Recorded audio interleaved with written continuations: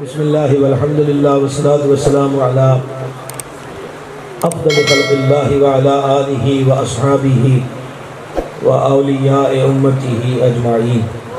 حضور سرور عالم شفیع اعظم علیہ وآلہ وسلم نے ارشاد فرمایا، قیامت کے دن میرے زیادہ نزدیک وہ ہوگا جس نے دنیا میں زیادہ سے زیادہ درود شریف پڑھا ہوگا۔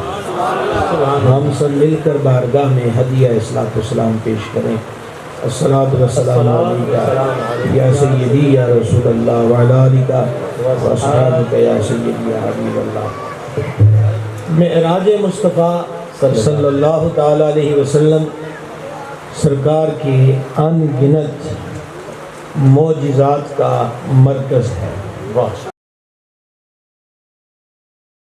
سرکار علیہ الصلوۃ والسلام محو استراحت ہیں۔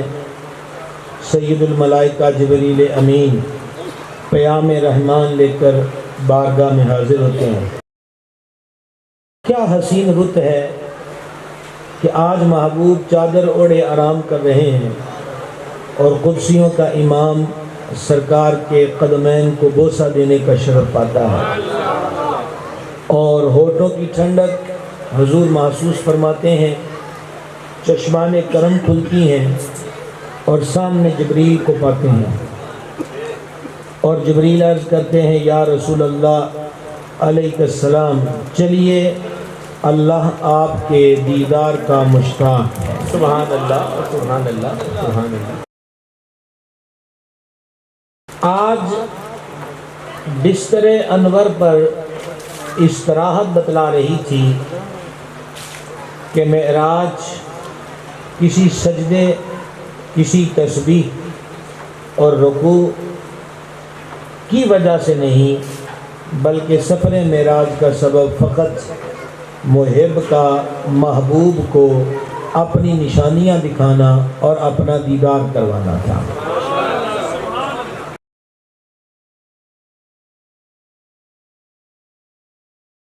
اپنے جانے میں اور کسی کے بلوانے میں بہت فرق ہوتا ہے۔ واہ واہ سبحان اللہ جناب، سبحان اللہ۔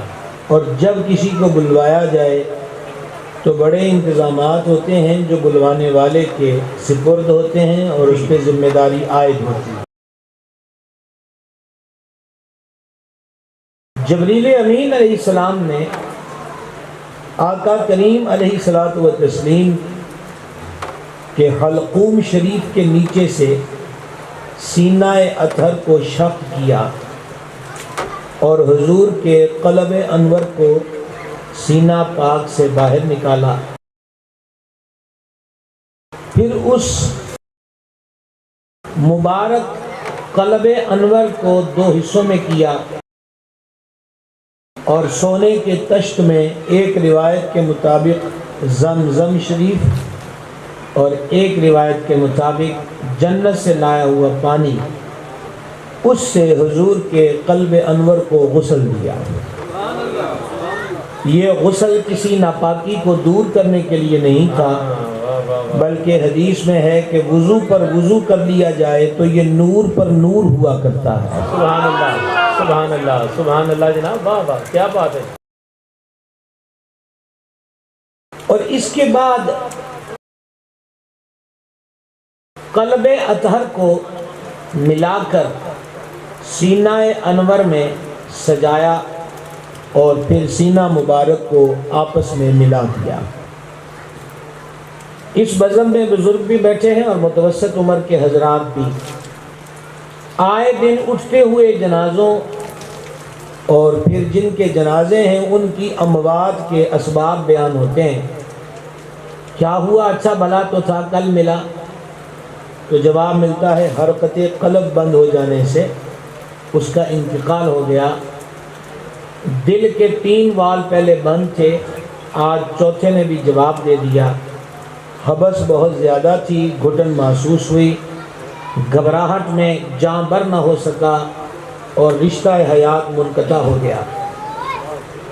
سمجھ میں آ رہا ہوگا کہ دل حبس زدہ ہو جائے تو بندہ مر جاتا ہے، دل میں گھٹن آ جائے تو بندہ مر جاتا ہے، وال بند ہو جائیں تو بندہ مر جاتا ہے۔ اور اگر آپ بارش کی چماچم کی آواز سے فراغت پا چکے ہوں تو یہ جملہ سنیے گا، یہاں سینہ چرا حضور پھر بھی زندہ، اللہ اکبر، اور قلب انور سینے سے نکلا حضور پھر بھی زندہ۔ اور کتنی حسین بات ہے کہ میں زندوں میں بیٹھ کر گفتگو کر رہا ہوں۔ قلب انور نکلا، حضور خود چشمان کرم سے اسے ملاحظہ کر رہے ہیں۔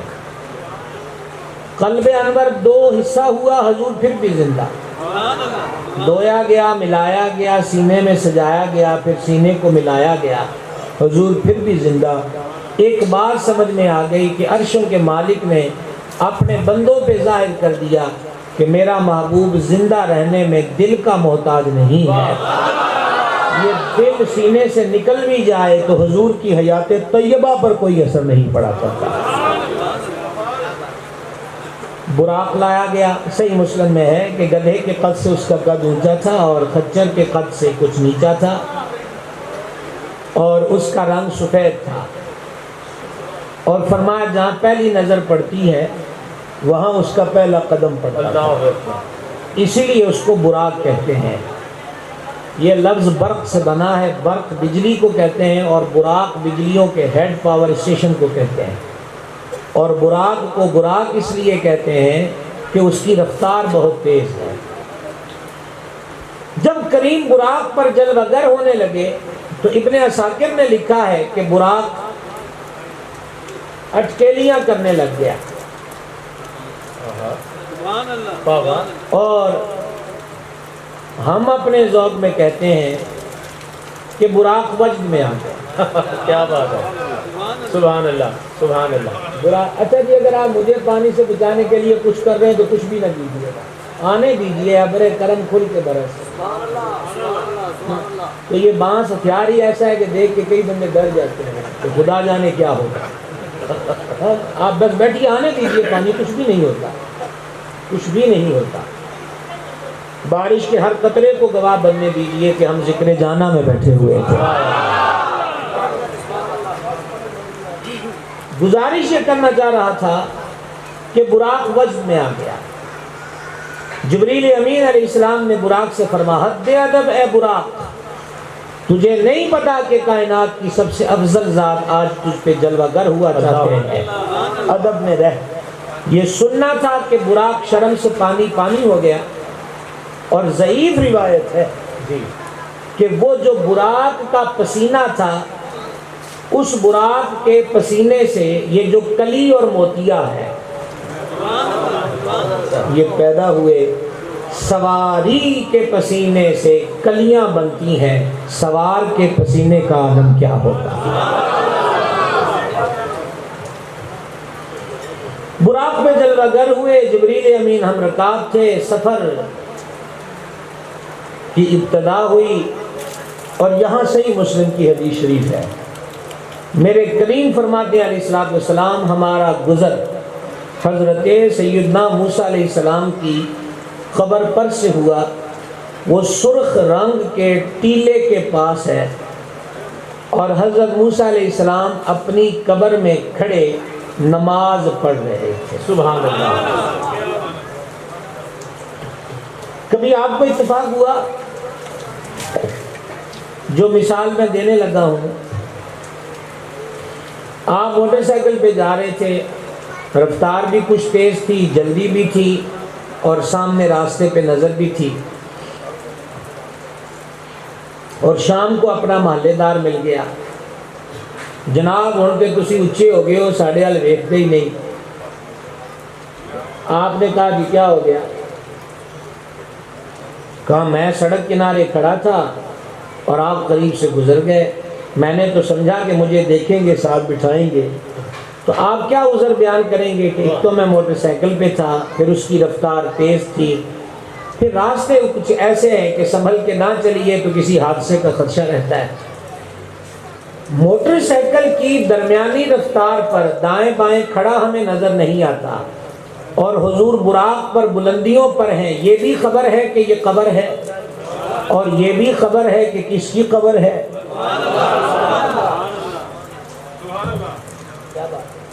اور یہ بھی خبر ہے نہیں، دیکھ رہے ہیں کہ وہ کھڑے ہیں، واہ واہ، اب یہاں کتنے لوگ کھڑے ہیں؟ کیمرے والے اپنے کام سے کھڑے ہیں، پانی کے دباؤ کو روکنے والے اپنے کام سے کھڑے ہیں، مہمانوں کو ویلکم کرنے والے، یعنی ہر کھڑے ہونے والے کا مقصد مختلف ہے۔ میرے حضور کی نگاہ دیکھیے، عرش کی بلندیوں پر بھی چل کر اور تیز رفتاری میں بھی دیکھ رہے ہیں کہ موسیٰ کھڑے ہیں، اور کھڑے کس لیے ہیں؟ فرمایا نماز پڑھ رہے ہیں۔ توجہ ہے نا آپ حضرات؟ ہم متوجہ رہیں گے۔ وہ قبر انور میں کھڑے نماز پڑھ رہے تھے، مسجد اقصیٰ آ گئی، ہم نے اپنی سواری کو اس حلقے میں باندھا جہاں نبی اور رسول اپنی سواریاں باندھتے ہیں۔ مسجد میں پہنچے تو مسجد اقصیٰ نبیوں کے حسین چہروں سے جگمگ جگمگ کر رہی تھی۔ اذان و اقامت ہوئے۔ امامت کا ایک مسئلہ ہے کہ مصلی پہ اسے کھڑا کیجئے جو علم میں زیادہ ہو، اور اگر علم میں کئی برابر ہوں تو اسے کھڑا کیجئے جو تقوی میں پرہیزگاری میں زیادہ ہو، اور جو تقوی و پرہیزگاری میں بھی زیادہ کئی ہوں۔ اللہ کرے کہ میں یہ جملہ سمجھا سکوں، تقوی میں بھی کئی ہوں تو آپ مصلی پہ اسے کھڑا کیجئے جو حسن و جمال میں بڑھ کر ہو۔ توجہ کی آپ حضرات نے؟ اسے کھڑا کیجئے جو علم میں مقدم ہو، کئی برابر ہوں تو جو تقوی میں بڑا ہو، اس میں برابر ہوں تو پھر حسن میں بڑا ہو۔ اور یہاں کیا ہے؟ یہاں کیا ہے؟ یہاں جدھر دیکھیے سب سے اولا و اعلیٰ ہمارا نبی، سب سے بالا و والا جان عالم علیہ الصلوۃ والتسلیم کو جبریل پاک نے عرض کی کہ مصلی پر آئیے۔ کوئی غلط فہمی میں نہ رہے کہ یہ جبریل امین کی اپنی پیشکش تھی۔ جبریل امین تو عرشوں سے نازل شدہ شیڈول پر عمل درآمد کرنے والے تھے۔ کہاں کیا کرنا ہے، کب کیا کرنا ہے، یہ سارے زاویے رب کے دربار سے بخش دیے گئے تھے۔ حضور نے نماز پڑھائی۔ جب نماز پڑھا چکے، توجہ ہے نا جی آپ حضرات کی؟ اور میں جن کو دیکھ رہا ہوں کسی پر بھی چھینٹے نہیں ہیں، اطمینان رہے۔ باجی تسی نہ بولو بانس آلے گا، تھوڑی آواز سن کے تو ڈر تھا، سبحان اللہ بھی نہیں مانتا، تسی نہ بولو، بڑی مہربانی تھوڑی۔ جب نماز ہو چکی، اب 2 سطریں ہیں جناب، ابن عساکر نے اس کو لکھا، میں ایک بھی قصہ آپ کو فیس بک کا نہیں سنا رہا، ابن عساکر نے اس کو لکھا۔ جب حضور نماز پڑھا چکے تو جبریل امین علیہ السلام نے عرض کی، یا رسول اللہ علیہ السلام، آج آپ کے پیچھے اللہ کے سارے نبیوں اور رسولوں نے نماز پڑھی ہے۔ یہ نہیں ہے کہ نبیوں اور رسولوں کی روحوں نے نماز پڑھی ہے، نبیوں نے پڑھی ہے۔ واہ واہ سبحان اللہ۔ نبیوں اور رسولوں نے نماز پڑھی ہے۔ کہہ لیجئے متفقہ طور پہ کچھ بھی نہیں ہوگا اور بہتر ہی ہوگا۔ آپ کے پیچھے اللہ کے سارے نبیوں رسولوں نے نماز پڑھی ہے، نبیوں رسولوں نے نماز پڑھی ہے، نبیوں رسولوں کی روحوں نے نماز پڑھی نہیں، نبیوں رسولوں نے نماز پڑھی۔ اچھا، صدیاں بیت گئی حضرات رسول و انبیاء علیہ السلام کو، سردار نے پہلے سے 7ویں آسمان تک بھی دیکھا۔ فرمایا میں نے حضرت موسیٰ علیہ السلام کو دیکھا، قبیلہ شنو کے جو لوگ ہوتے ہیں ان کے گھنگریالے بال ہوتے ہیں، حضرت موسیٰ کے بال ویسے تھے۔ میں نے حضرت یوسف کو دیکھا، اگر یہ عرشوں کی بات ہے، فرمایا خدائی کا آدھا حسن ان کو دیا گیا ہے، تھوڑا سا بولیں زیادہ نہیں، آدھا حسن کائنات کا ان کو دیا گیا ہے۔ پھر فرما ہم نے حضرت ابراہیم کو دیکھا، حضرت ابراہیم کیسے تھے؟ فرما ہمیں دیکھ لو، واہ کیا بات ہے. حضرت ابراہیم علیہ السلام کے حسن کو دیکھنا ہے تو ہمیں دیکھ لیں. اب ایک سمجھیے گا بات، جو بزرگ یہاں تشریف رکھتے ہیں وہ مجھ سے زیادہ علم رکھتے ہیں، باقی جو نوجوان ہیں کم علم یہ بھی نہیں جو بات میں کہنے لگا ہوں. گرم موسم میں انتقال ہو جائے تو برف کے بلاک لگاتے ہیں، اور اگر اس کے عزیزوں کا بیرون ملک سے آمد کا انتظار ہو تو میت کو سرد خانے میں کچھ کیمیکلز لگا کے رکھتے ہیں. اس کے باوجود بھی زیادہ مدت نہیں گزر سکتی، کیوں کہ وجود متغیر ہونا شروع ہو جاتا ہے، رنگت بدلنا شروع ہو جاتی ہے، وجود کی سمیل بڑھنا شروع ہو جاتی ہے. اور یہاں ایک بات کہے بغیر گزر نہیں سکتا. حضرت سیدنا عیسیٰ روح اللہ علیہ السلام نے فرمایا جنازہ اٹھا کے چلنے سے قبر میں انٹر ہونے سے پہلے تک اللہ اپنے بندے سے جس کا جنازہ جا رہا ہے 40 سوال پوچھتا ہے. کتنے سوال؟ 40 سوال. اور 40 سوالوں میں پہلا سوال یہ ہے، اپنے روپ سروپ کو، اپنی شکل مورے کو، اپنے وجود کو لوگوں کو دکھانے کے لیے دن رات بنتا رہا، سنورتا رہا، سجتا رہا، جس دل پہ میری نظر تھی اس دل کو کیوں نہیں سنوارا؟ اس دل کو ستھرا اور مزین اور مزکا اور پاکیزہ کیوں نہیں رکھا؟ کہنا یہ چاہتا تھا کہ وجود کا رنگ بدل جاتا ہے، اس سے سمیل پیدا ہوتی ہے، یہی بندہ ہے، اسی سے بندے کے راز افشاں ہو جاتے ہیں. کھیت کھلیانوں میں پڑی ہوئی لاش ملتی ہے تو منہ پر کپڑا لپیٹ کر میت کو اٹھایا جاتا ہے، یہ ہے بندہ. لیکن ان الانسان لفی خسر، سب انسان گھاٹے میں ہیں، الا الذین آمنوا وعملوا الصالحات، مگر وہ جو ایمان لائے اور جنہوں نے اچھے عمل کیے.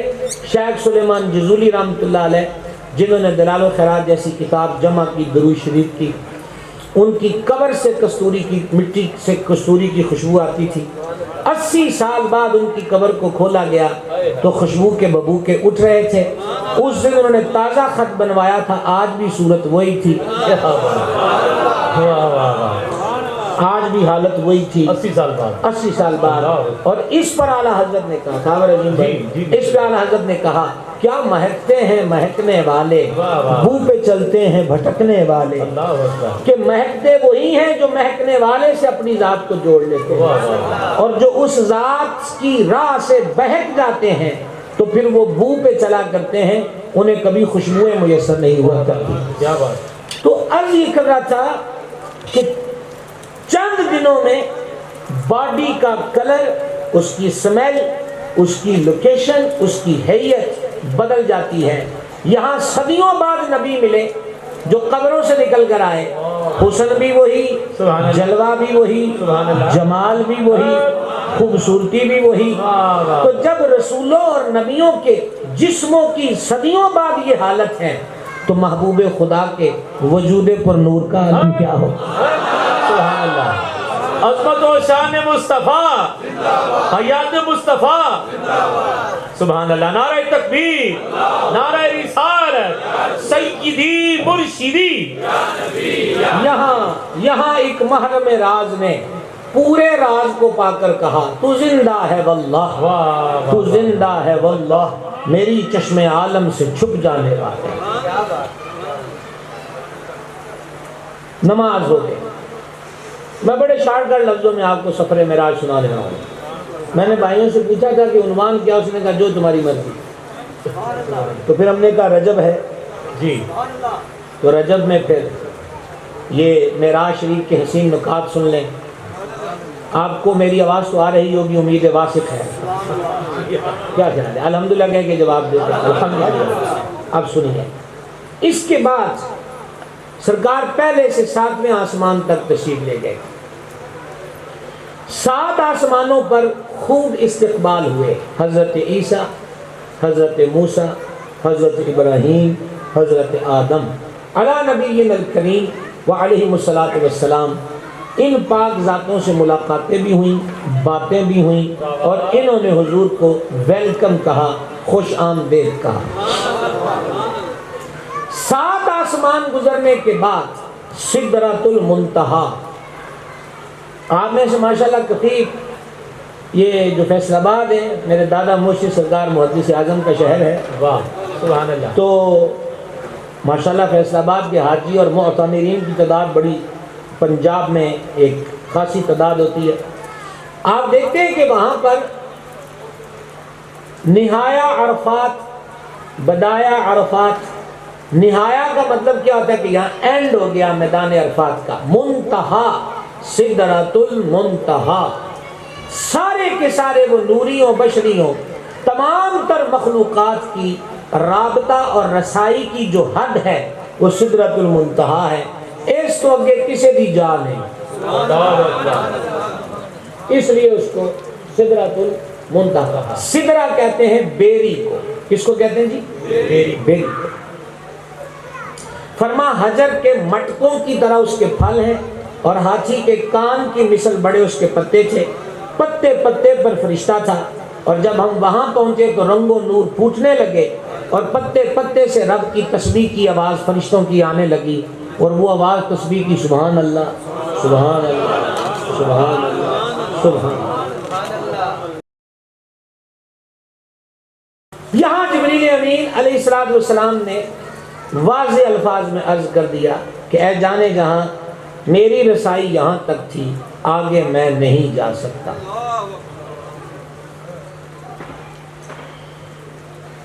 میں کافی دیر سے فیصل آباد پہنچا ہوا ہوں. ظاہری بات ہے موسم کا تغیر تھا. موسم کو خراب بھی نہ کہا کریں، موسم بدل گیا ہے یہ کہا کریں. رب کے موسم خراب نہیں ہوتے.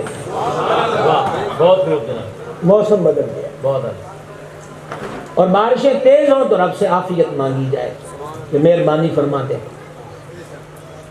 تو پھر ہم یہ ہمارے عزیزم فرقان بھائی ہیں، ان کے ہاں بیٹھ گئے اور اب ان کے گھر سے نکلے یہاں آ گئے. تو یہ ہمیں گھر سے نکال کر کسی چوک تک چھوڑ دیں تو کہیں مجھے گھر سے کال آ گئی ہے اور میں جا رہا ہوں، تو میں ان سے کہوں گا کہ آپ ہمیں آگے تک لے آئیں تو بتا دیں کہ ہم نے بھائی صاحب کی محفل میں جانا کہاں پر ہے. تو یہ ہمیں رہنمائی کریں گے کہ سیدھے جائیے، پھر دائیں مڑ جائیے، پھر بائیں مڑ جائیے. آگے جائیں گے تو وہاں آپ کو نظر آ جائے گا محفل کے آثار. جبریل پاک مکہ سے لے کر چلے حضور کو. بولنے کی اپیل اب آپ سے ٹھنڈے موسم میں کیا کریں، مکہ سے لے کر چلے. اور میں نے کہا میں نے مختصر آپ کے سامنے یہ واقعہ معراج کا خلاصہ رکھا ہے. ایک ایک چیز پہ تفصیلی کلام نہیں ہوتا، اس کا وقت نہیں ہے. بیت اللحم میں ساتھ تھے، مدینہ پاک کی 2 رکعتوں میں ساتھ تھے، مسجد اقصی میں ساتھ تھے، آسمان اول سے 7ویں آسمان تک ساتھ تھے، سدرہ تک ساتھ تھے. اور حضور کو تعارف کرواتے جاتے تھے، یہ حضرت آدم ہے، یہ حضرت عیسیٰ ہے، یہ حضرت موسیٰ ہے، یہ حضرت ابراہیم ہے. اور سدرہ پہ آ کے کہہ دیا کہ آگے میں نہیں جا سکتا. تو سرکار نے تو ان کو یہ نہیں فرمایا کہ میں نے اینی دوروں لے آیا ہے، اگے راہ ہی دس کے جانا کتنے ہے.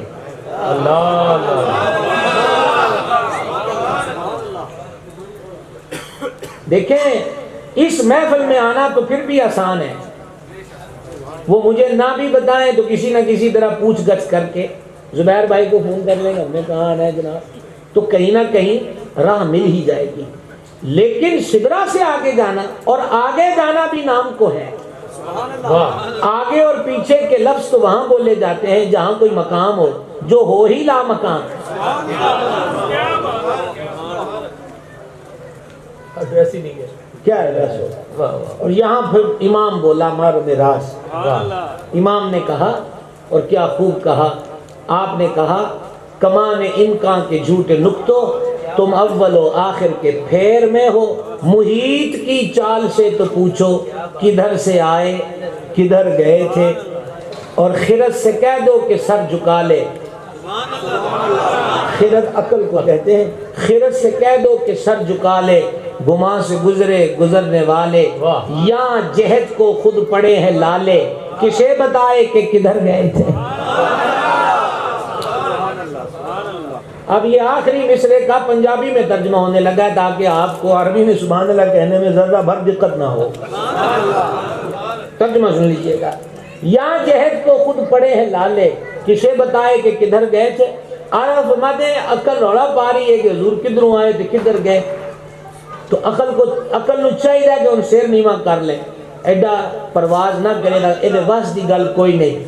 فرمایا وہ جو سمت ہے نا، جو جہت ہے سجا کھبا آگے پیچھے، ان ساری سمتوں کو تو خود گھومی پڑی ہیں، ان کو تو اپنی ہوش نہیں رہی، تو یہ کیا بتائیں کہ حضور دائیں گئے ہیں کہ بائیں گئے ہیں یا آگے گئے ہیں۔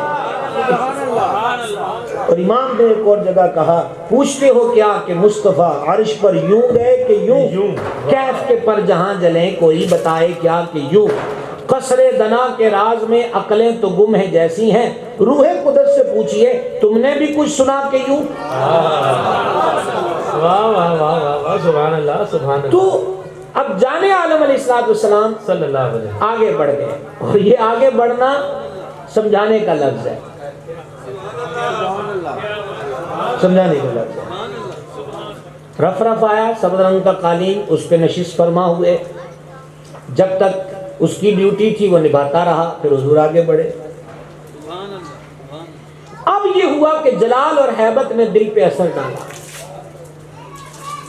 نور پر ایک نور طور پر نور کی ایک تجلی پڑی، طور جل گیا۔ سرکار موسیٰ علیہ السلام کے ساتھ آئے ہوئے لوگ مر گئے،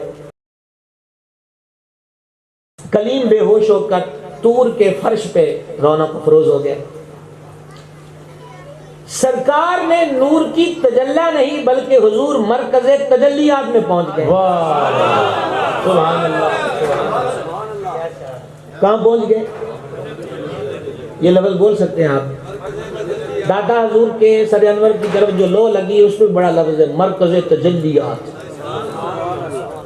تو حضور مرکز تجلیات میں پہنچ گئے،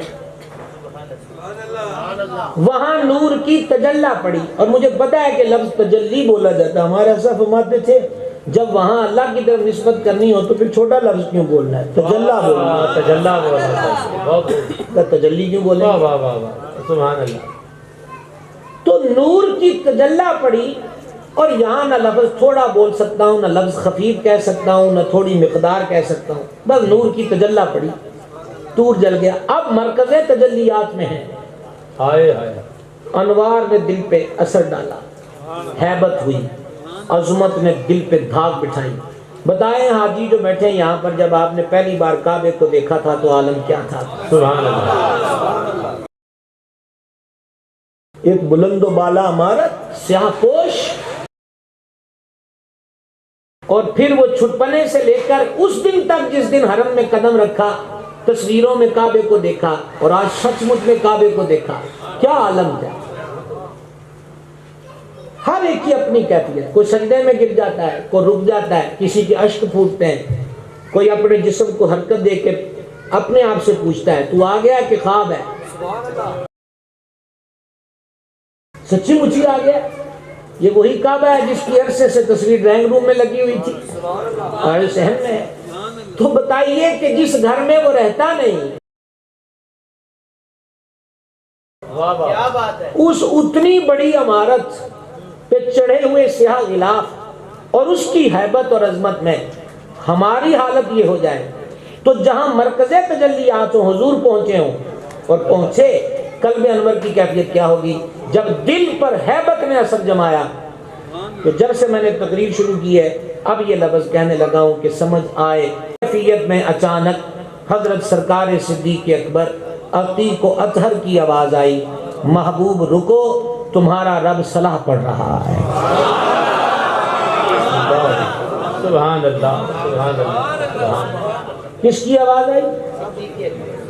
سب سے سننا چاہتا ہوں، حضرت سرکار صدیق اکبر کی آواز آئی، اور آپ بے دھڑک اور بھی ایک دفعہ سبحان اللہ کہہ سکتے ہیں، یہ فیس بک کا قصہ نہیں ہے، ذمہ داری سے بات کریں۔ جب سرکار عتیق و اطہر کی آواز آئی تو حضور کی توجہ اس طرف ہو گئی، اب یہ نازک مقام ہے بھائی، حضور کی توجہ اس طرف ہو گئی، ابو بکر اتھے کتھی آ گیا ہے، 9:30 بھی پہلے آ گیا ہے، ابو بکر اتھے کی کر گئے، اور اللہ صلاح پڑھ رہا ہے، سلام مطلب نماز پڑھ رہا ہے، وہ کس کی نماز پڑھ رہا ہے؟ تو پھر آواز آئی محبوب اسی کے لیے نماز پڑھنی ہے، صلاح کا مطلب یہ ہے کہ ہم تیری ذات پہ درود پڑھ رہے ہیں۔ اور جو صدیق اکبر کے لہجے میں بات ہوئی، صدیق اکبر، میں ایک مثال دیا کرتا ہوں، اور مثال تشبیہ کے لیے ہمیشہ نہیں ہوتی، یہ بھی مثال برائے مثال ہے، تشبیہ کے لیے ہرگز نہیں ہے۔ یہی دیکھیں کھنکتی بلکہ کڑکتی ہوئی بجلی اور رم جم اور ہلکی سی خنکی، ہر طرف اندھیرا اور جنگل و بیاباں ہو، اکیلا بندہ ہو تو کتنا گھبرائے گا، اور اتنے میں اس کو گوانڈی کی آواز سننے کو مل جائے، گوانڈی پڑوسی، تو اس کو تھوڑا سا قرار قلبی نصیب ہوگا کہ اے دے اپنا وہ فلانا جو ہے گوانڈی ہے، وہ تیجا مکان ہوتا ہے، یہ وہ دی آواز آئی ہے۔ توجہ ہے آپ کی؟ یہ جملہ قضا کر دیں گے نا تو پھر ادا کا مقام کبھی نہیں آئے گا۔ اب یہ ہوا کہ ایک درجہ آگے بڑھا دیجئے، وہ آواز پڑوسی کی نہیں بلکہ اپنے کزن کی ہوئی۔ اب تسلی کا عالم کیا ہوگا؟ چاچے تائی کے بچے کی زیادہ ہوگا۔ اب لفظ کہنے لگا ہوں، اور ماشاءاللہ آپ توجہ تو کیے ہوئے ہیں کہ اب وہ آواز اپنے یار کی ہو، اپنے سجن کی ہو، محرم راز کی ہو، اپنے پیارے کی ہو، تو پھر اطمینان قلبی کا عالم کیا ہوگا؟ حضرت صدیق اکبر عتیق و اطہر کا حضور سے جو لگاؤ ہے، اور حضور کے دل میں جو صدیق اکبر کا مقام ہے، وہ معراج کی رات اللہ نے واضح کر دیا کہ کسی اور کی بولی میں بھی بات ہو سکتی تھی۔ پتا تھا کہ محبوب کو انس ابو بکر سے ہے، لگاوٹ ابو بکر سے ہے، محبت ابو بکر سے ہے، رفاقت ابو بکر سے ہے، اس لیے اس رات آواز دی تو صدیق اکبر کے لب و لہجہ میں دی۔ کیا مقام پایا ہے اس عاشق صادق نے کہ معبود حقیقی معراج کی تنہائیوں میں اپنے حبیب کو آواز دے تو پہلی آواز ہی محبوب کے یار کی آواز آتی ہے۔ یہ مقام ہے۔ اور اب آوازیں آنے لگی، ادنو یا احمد، ادنو یا ممجد، ادنو یا محمد، حبیب آگے آؤ، احمد آگے آؤ، اے بزرگی والے آگے آؤ۔ اب دیکھیں یہ ایک ماشاءاللہ خوبصورت چکور پنڈال ہے، تو مانیے کہ اینڈ پر کوئی بھائی صاحب کھڑے ہوں تو میں ان کو بھائی صاحب آگے آ جائیں، اور پھر دوبارہ کہوں تو اب زاویہ ہوگا اور آگے آ جائیں جی، اور اب تیسری بار ہوگا تو کہوں گا یہاں آ جائیں۔ اب پتہ نہیں یہ آواز 70 بار آئی کہ 170 بار آئی تو تھی، حبیب آگے آ جاؤ، محبوب آگے آ جاؤ، احمد آگے آ جاؤ، واہ سبحان اللہ، اور آپ بھی تھوڑا آگے بڑھنے کی کوشش کریں۔ کیا کریں، بات تو بہت بلندی پہ چلی گئی۔ حبیب آگے آ جاؤ، احمد آگے آ جاؤ، ممجد اور آگے آؤ۔ یہاں میرا امام بولا تبارک اللہ شان تیری، تجھی کو زیبا ہے بے نیازی، کہیں وہ طور پر جوش لن ترانی اور کہیں تقاضے وصال کے تھے۔ آگے آ جاؤ اور آگے۔ ایک ہی صدر کہہ سکتا ہوں، زیادہ کی جرأت و استطاعت نہیں رکھتا۔ کس پیار سے وہ بلا رہا تھا اور کس ناز سے حضور آگے بڑھ رہے تھے، اور بڑھوتی یہاں تک ہوئی کہ قرآن نے کہا فَكَانَ قَابَ قَوْسَيْنِ، 2 کمانوں جتنا فاصلہ رہ گیا، او ادنا، اس سے بھی کم۔ کتنا کم؟ وہ فیتا ہی نہیں بنا جو پیمائش کر بتائے کہ کتنا کم، او ادنا، اس سے بھی کم۔ اور جب نزدیک ہوئے فَأَوْحَى إِلَىٰ عَبْدِهِ، پھر ہم نے اپنے عبد خاص پر وحی کی۔ آسان ترجمہ کیجئے تو پھر ہم نے اپنے محبوب سے باتیں کی۔ اب ہمارے کان لگے، مولا کیا باتیں کی؟ فرما ما اوہا، جو بھی کی، جو بھی کی، فَأَوْحَى إِلَىٰ عَبْدِهِ مَا أَوْحَى، پھر ہم نے اپنے حبیب کو وحی کی۔ کیا کی؟ فرما جو بھی کی۔ اب حضرت شاہ صاحب تشریف رکھتے ہیں تو یہ مجھے پاس بلائیں اور میرے کان میں دھیرے سے کچھ فرمائیں کبھی میں سن کے مسکراؤں، کبھی یوں دیکھنے والے کو تجسس پیدا ہوگا کہ پتہ نہیں کیا ہوئی بات۔ اور اب میں اٹھ کے وہاں گیا تو کوئی صاحب مجھے دروازے پر پوچھیں کہ حضرت کیا کہہ رہے تھے، میں نے کہا تینوں یہ نال کی ساڑی آپس دیا گلہ نے ہجے بھی ترجمہ سمجھ نہیں آیا، اس کو سوکھا کی ہو سکتا۔ فَأَوْحَا إِلَىٰ عَبْدِهِ، پھر ہم اپنے عبد خاص پر وحی کی، ما اوحا، جڑی بھی کی۔ میرا محبوب جس کو مناسب جانے گا، بلکہ میں ایک لفظ استعمال کرتا ہوں، میرا محبوب جس میں جتنی کپسٹی دیکھے گا اس کے مطابق میرا محبوب بتا دے گا۔ اب ایک بات سناؤں جو وہاں ہوئی۔ اچھا وہ میری گھڑن شدہ نہیں ہے، حضور نے خود بیان فرمائی ہے، سماعت کیجئے گا۔ اللہ جل شانہ نے فرما محبوب تمہیں برا تو نہیں لگا کہ میں نے تمہیں آخر میں رکھا ہے؟ آخری نبی سرکار کون سے نبی؟ یہ ضرور بولیں گے آپ سب حضور آخری نبی۔ یہ مولویوں کا بنایا ہوا عقیدہ نہیں اور سیاست کی چوپال میں گھڑا ہوا نہیں ہے، یہ عرشوں سے آیا ہوا عقیدہ ہے، حضور آخری نبی ہے۔ اور خدا کے لیے اس عقیدے پہ پیرا دو، اپنے بچوں کی گٹی میں ڈالو، ان کو پیار سے سمجھاؤ کہ حضور آخری نبی، ہمارے سرکار کے بعد کوئی نبی نہ آ سکتا تھا، نہ آیا ہے، نہ کبھی آئے گا۔ سارا زمانہ حضور کا ہے، ہر زمانہ ہر دور حضور کا ہے۔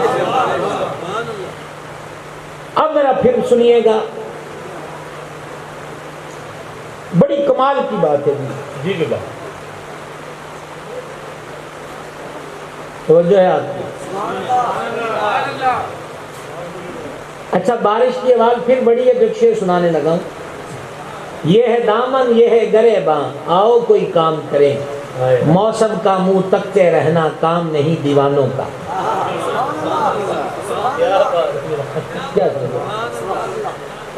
آنے دیجیے، آ ہی گئی ہے تو آنے دیجیے، اور جب آ ہی جائے تو کون روک سکتا ہے؟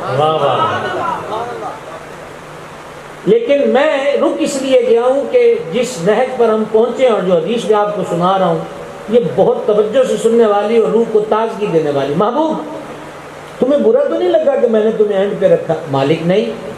اب اگلا سوال ہم سے ریلیٹڈ ہے، تیری امت کو تو نہیں برا لگا؟ کیا بات ہے، کیا بات ہے، تیری امت کو برا نہیں لگا کہ میں نے اس کو آخر پہ رکھا ہے؟ عرض کی میرے مہربان نہیں، میری امت کو کیوں برا لگے گا؟ پیارے جانتے ہو میں نے تیری امت اینڈ پہ کیوں رکھی؟ فَأَوْحَا إِلَىٰ عَبْدِهِ، اے سونیاں گلاں پہ سو رہی ہیں، جانتے ہو میں نے تیری امت آخر پہ کیوں رکھی؟ میرے مالک ارشاد فرما دے، اور درد ماندانہ اپیل ہے یہ 1.5 سطر دل پہ نقش کی کوشش کیجئے گا، ہرگز دھیان دائیں بائیں مت کیجئے گا۔ محبوب جانتے ہو میں نے تیری امت کو آخر پہ کیوں رکھا؟ الہی ارشاد فرما دے، فرما اس لیے تیری امت کو اینڈ پہ رکھا کہ باقی امتیں تو تیری امت کے سامنے رسوا ہوں، پر تیری امت کسی کے سامنے رسوا نہ ہو۔ اللہ اللہ اللہ، کہاں شکر ادا ہو سکتا، کہاں شکر ادا، کہاں شکر ادا ہو سکتا؟ واہ واہ کیا بات ہے، سبحان اللہ، کہاں شکر ادا ہو سکتا؟ اچھا آپ کو پتہ ہے کہ پچھلی امتوں میں لوگ کم تولتے تھے، کم ناپتے تھے۔ اچھا حضرت لوط کی امت کیا کرتی تھی پتہ ہے نا؟ حضرت نوح کی امت نے کیا کیا پتہ ہے نا؟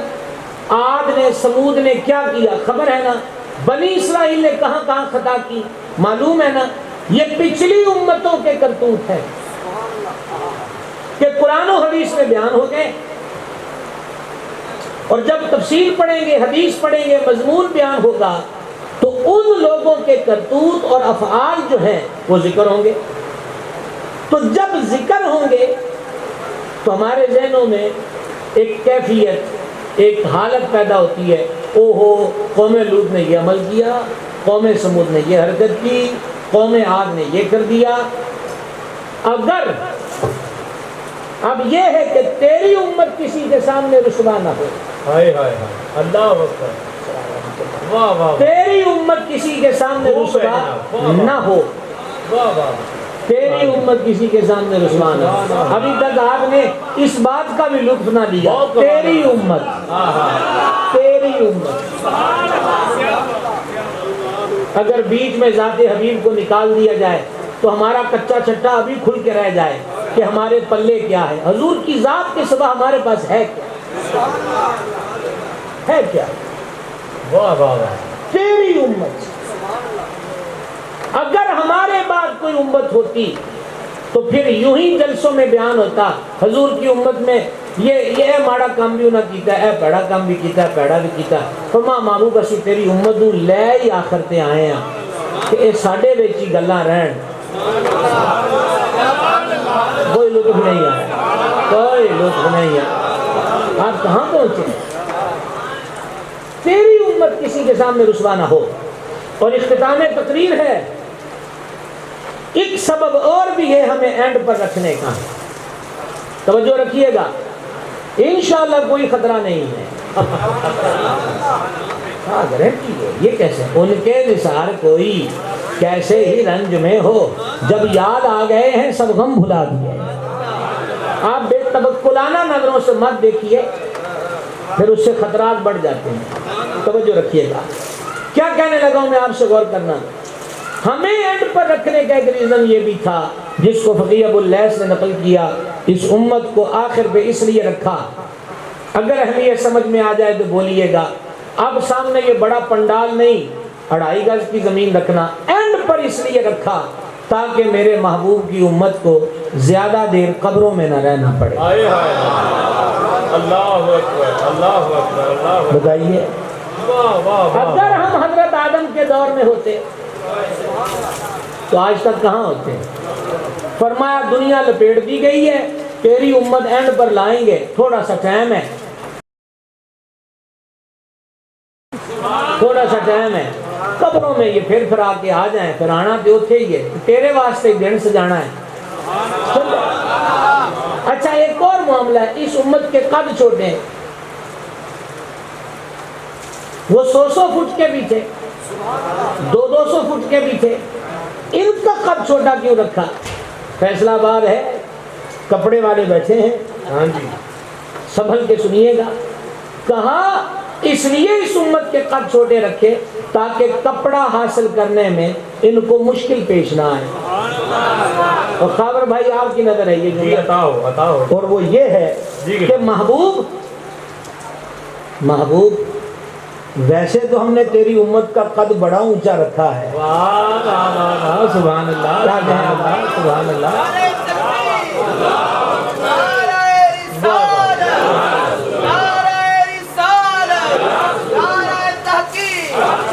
محبوب ویسے تو ہم نے تیری امت کا قد بڑا اونچا رکھا ہے، ویسے چھوٹے چھوٹے بنا دیے ہیں۔ اب بتائیے میاں، ایک سوٹ لینا کتنا مشکل ہو گیا، اور پھر لے کے درزی سے چھڑوانا کتنا مشکل ہو گیا، تو ہم 100 فٹ کے ہوتے کا اون جنہ کا قد اونچا کر دینے، تیری امت نہ کسی کا قد نہیں رلنا۔ اور یہ حدیث ہے کہ جب قیامت کے دن باقی امتیں میری امت کی طور دیکھیں گی، تمنا کریں گی کاش ہم بھی حضور کی امت میں سے ہوتے۔ آخری گزارش، حدیث میں فرمایا جب سفر پہ جایا کرو اپنے گھر والوں کے لیے کچھ لے آیا کرو، اور ایک مقام پہ تو یہاں تک فرمایا خواہ جھولی میں پتھر ہی ڈالنا ہو۔ اللہ اکبر۔ یہ حدیث سمجھ آ گئی بھائی؟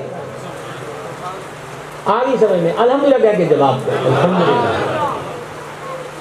گھر والوں کے لیے جب سفر پہ جاؤ تو کچھ لیتے آؤ، چاہے جھولی میں پتھر ہی ڈالنا ہو، یہ مبالغے کی بات ہے۔ اب حضور بھی سفر پر گئے تھے اور ہم ہی تو ہیں چوکھٹ پہ پڑے ہوئے، بلکہ گرے پڑے ہوئے، تو پھر ہمارے لیے حضور سفر معراج سے تحفہ لے آئے، اور وہ 50 نمازیں تھیں، کلیم کی عرض پر، محبوب کی سفارش پر 5 ہو گئی، اور عرشوں کے مالک نے فرما محبوب ساڈی کبھی گل بدلی نہیں کہ تیری ایسی کبھی موڑی نہیں، ہیں یہ 50 ہی، پڑھیں یہ 5 ہی، میں ثواب 50 ہی کا عطا فرماؤں۔ واہ واہ۔ تو جشن معراج کا تقاضا کیا ہے؟ یہ پیشانی کوئی وقت نہیں رکھتی اگر مالک کی چوکھٹ پہ نہ جھکے۔ اور میں اپنے آپ سے بھی کہہ رہا ہوں اور آپ سے بھی کہہ رہا ہوں، اگر نماز کی توفیق چھن جائے تو مطمئن نہیں ہونا چاہیے، رونا چاہیے کہ ہو کی گیا ہے کہ رب نے آج اپنے بوئے پہ چکن نہیں دیتا۔ اللہ، اس کا ڈر محسوس کرنا چاہیے۔ تو تحفہ معراج کی ہم سب قدر کریں، 5 وقت کی نماز پابندی سے پڑھیں، انشاءاللہ دونوں جہاں کی برکتیں ملیں گی۔ وما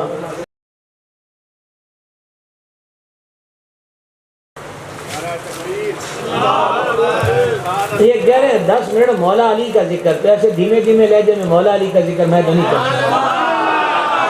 وہ سیدھی سیدھی گل ہے، یہ کیسے ہو سکتا ہے؟ علی اور پھر ذکر علی اور پھر لہجہ خفی، واہ واہ واہ۔ تو اس اخفاء میں اعلیٰ کا ذکر کیسے کروں؟ اگر متفقہ سبحان اللہ کہتے ہیں تو میں آپ کو حدیث سنا دیتا ہوں۔ سبحان اللہ۔ تو لیجئے پہلی حدیث سماعت کیجئے، کنز المال میں علی متقی ہندی نے لکھا، حضور فرماتے ہیں علی کا ذکر عبادت ہے۔ سبحان اللہ۔ دوسری حدیث سنیے، امیر المومنین صدیق اکبر عتیق اطہر نے روایت کیا، مولا علی کے چہرے کو دیکھنا عبادت ہے۔ تیسری حدیث سنیے، یہ میرے دادا پیر محدث اعظم کا شہر ہے، کوئی پرابلم نہیں، للہ الحمد، ان کی خیرات کھائی ہوئی ہے، ان کے سر پہ بیٹھ کے بول رہے ہیں جناب۔ تیسری حدیث سنیے، اس کے راوی خود مولا علی ہیں۔ واہ۔ فرما علی منافق تجھ سے محبت نہیں کر سکتا، مومن تجھ سے بغض نہیں رکھ سکتا۔ اور ہمارا تبصرہ یہ ہے کہ منافق کی بھی مجبوری ہے، مومن کی بھی مجبوری ہے۔ منافق چاہ کر بھی علی سے پیار نہیں کر سکتا، مومن جتنی مرضی دوڑ ڈال ہے، حب علی کے دائرے سے باہر نہیں جا سکتا۔ اور چوتھی حدیث سنیے، چوتھی حدیث سنیے، نبی پاک علیہ السلام نے مولا مرتضیٰ کو ایک جنگی مہم پر روانہ کیا۔ ظاہری بات ہے کہ اس میں لڑائی بھی ہو سکتی ہے، اور جب قتال ہوگا غازی بھی بن کے آ سکتے ہیں اور شہادت کا جام پی کر بھی آ سکتے ہیں۔ حضور نے مولا علی کو رخصت کیا، تقریباً 1.5 سطر بچ گئی۔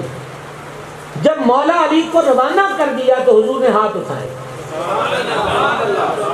اچھا جی، یہ دعا بھی ہو سکتی تھی مولا علی کی حفاظت کرنا، جی یہ سرکار کی دعا ہے، ہو سکتی تھی، لیکن سرکار نے یہ بھی دعا کی۔ پتہ کیا دعا فرمائی؟ سننا، دعا یہ کی، الہی علی کو بھیج رہا ہوں، موت اس وقت تک میرے قریب نہ آئے جب تک کہ میں علی کو پھر نہ دیکھ لوں۔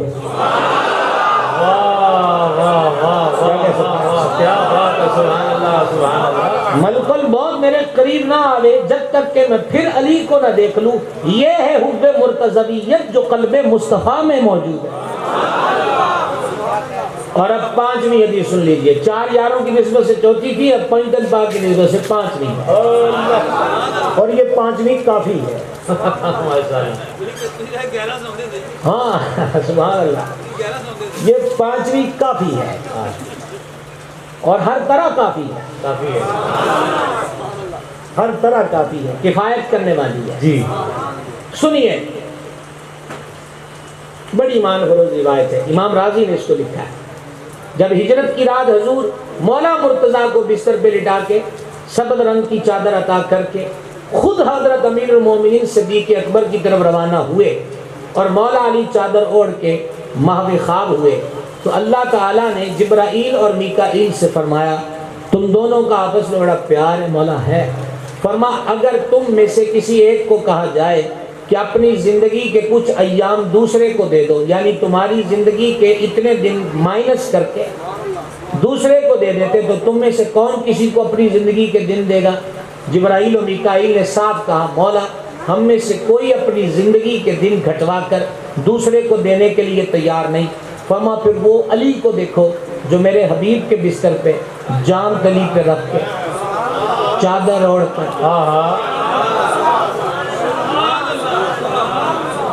آرام کر رہا ہے، جائیے اور جائیے اور ایک سرہانے کھڑا ہو جائے، ایک پائنٹی کی طرف کھڑا ہو جائے.